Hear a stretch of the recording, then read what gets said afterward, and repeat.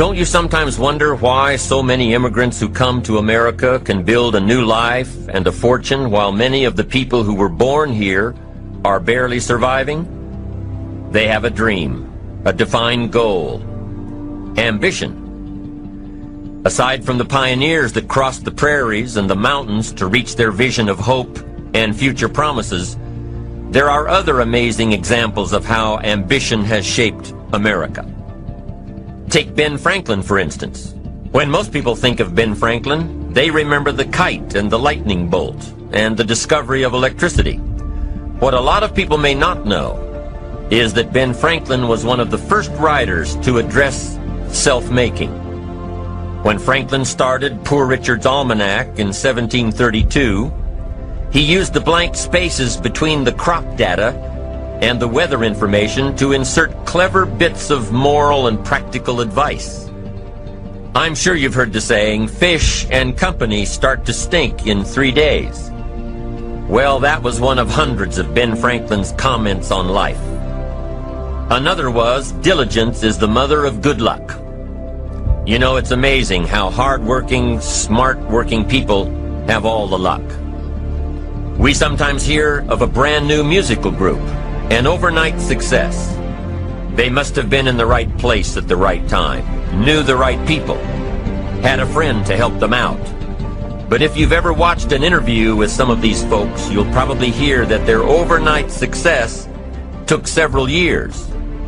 Diligence is the mother of good luck. Now, in addition to these witticisms, Ben Franklin gave us 3 principles of success and ambition that have withstood the test of time.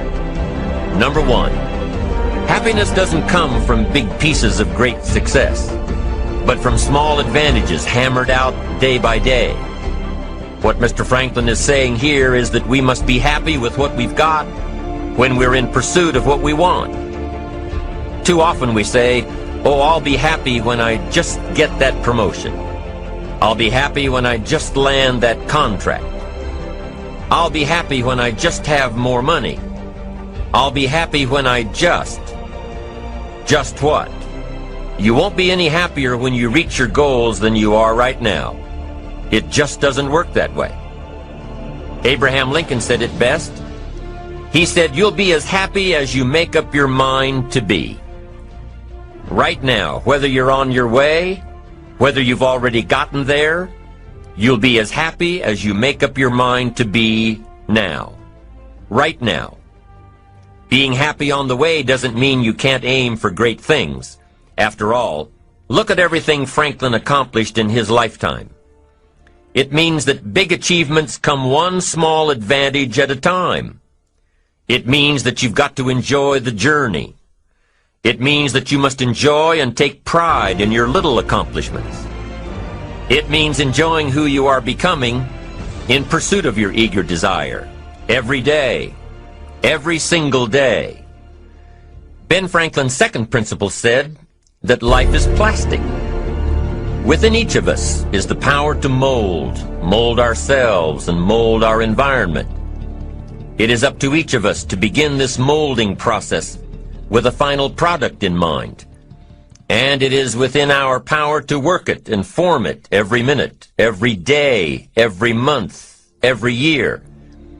By using your mind and your abilities and your attitude to work a little each day on molding your life, you'll soon see how magnificent your power is to gain those small advantages each day, the little steps it takes to build up to success. Principle number 3, success is a pleasure. Success is a pleasure. If what you are doing today isn't satisfying, gratifying, guess what? You're really not successful. If you are not fulfilled with what you are doing today, you cannot possibly be successful. It doesn't matter how many worldly possessions you may have, how many cars, how many toys, how much money. If you're not happy with your life as it is, you cannot be successful. Now, I know that success is a relative term. It means different things to different people. To a school kid, success may mean a star on top of his latest test. To a homemaker, it probably means that she has a well-run household and a wonderful family. To an outside professional, it's most likely the thrill of closing a major contract, or the pride in accepting a performance bonus, or being named the top producing salesperson. But the one thing you will hear from everyone who is successful is that they are happy with who they are and what they are doing. They are happy, content, satisfied. Success is a pleasure. What have you done today that makes this day successful? Think about it and write it down. If at the end of the day you can jot down the things that have made it a good day, you will soon see patterns forming. This really is a good habit to get into. When you can see a pattern of pleasure, you'll know you're on the road to success.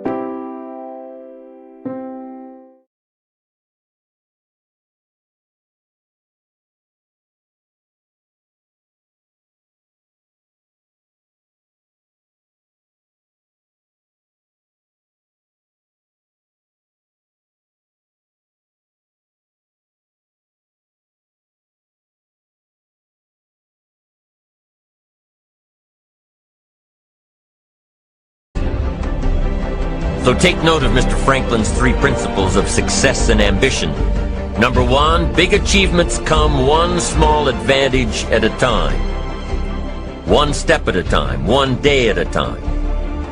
Number 2, you have the power to mold your life. to make it whatever you want, to shape it and reshape it. And number 3, success is measured through pleasure. This is the key one. Success is measured through pleasure. You've got to be happy along the way. You've got to learn to give yourself a pat on the back. Good job, you need to tell yourself. I'm proud of me today. You've got to be happy. You've got to learn to enjoy the process. These are really common sense ideas. They're practical. And William James agreed. He's another American great, one of the most notable philosophers and psychologists in our history. And he founded a philosophy called pragmatism. To be pragmatic is to be practical. To test the validity of a concept by its practical results. To actually question something and rate its usefulness by what it can do for you. To hear a method of doing something and figuring out if it's even worth your while. One of the issues Mr. James dealt with in his lifetime was, what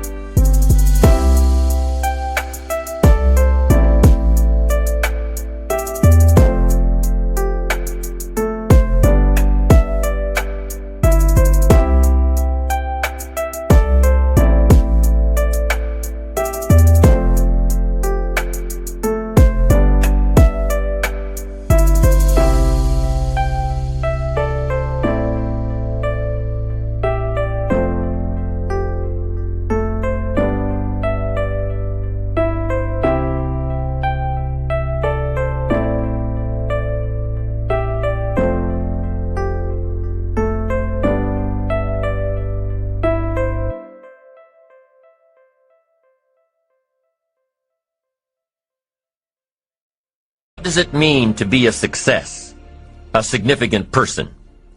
After years of pondering this question, William James described success as a combination of two things. Number one, an inner ideal which is followed persistently with courage. And number two, outer achievement related to that ideal.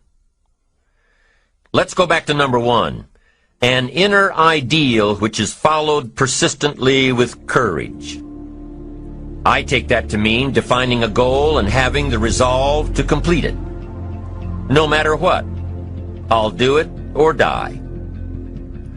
Promise yourself you'll read the books until your skills change. Go to the seminars until you get a handle on it. Do it until it makes sense. Practice it until you've got it right. Don't give up until you get where you want to be, however long that is. Step by step, piece by piece, book by book, seminar by seminar, do it until. Go for it. Until is a very important word. It's magic. It means that you'll never give up. Don't miss the chance to grow, to pay the price. Until you learn, change, grow. You'll discover some of life's great treasures when you pay that price. William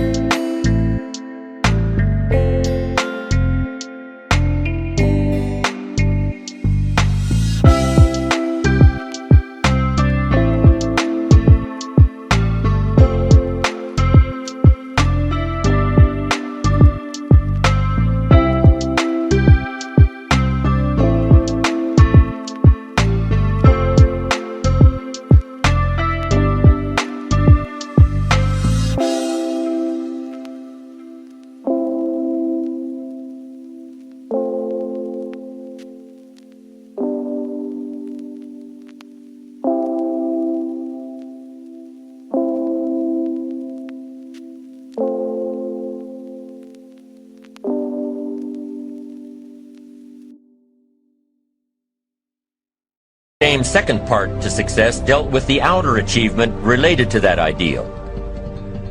You need both aspects to really be a success. But what Dr. James realized about his philosophy of success was that the first part is indeed more important than the second. Going for it. As long as you're working toward your inner goal, your dream, then success is possible.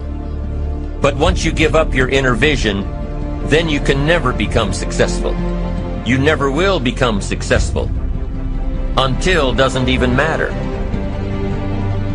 Now, maybe the person who's been working on a project for 10 years can be successful in his own right, if he's honestly working toward it, doing everything to make himself worthy of reaching the dream, really happy with where he is,